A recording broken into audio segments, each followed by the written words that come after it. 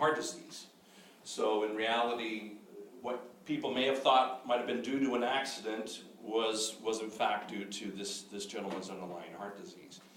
And the concept of critical thinking on a daily basis and what I do also extends to when you're in trial, which on occasion, ultimately these cases are such that we have experts that we hire on both sides. You have physicians who are very well respected in their fields on both sides, and you have to rely on their expertise, their education and training to kind of help direct you into what the issues are in a particular case.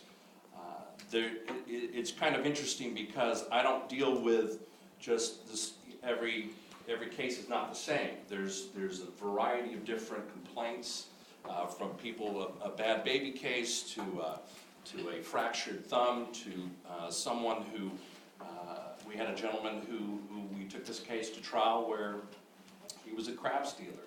And he was very angry at the fact that his mother had not been taken away in an ambulance, which he thought she needed to be taken away.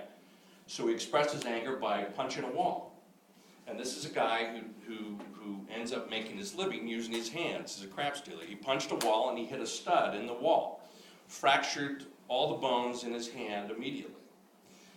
He goes to see my doctor, who undertakes to repair this fractured hand, does the best job possible, takes him to surgery, and then he sues my doctor for the fact that his hand did not come back to normal function. Okay, he's just crushed every bone in his hand because of some stupidity in knocking a wall. So we take a look at it, and his issue was whether or not our doctor should have done something more, a different type of procedure.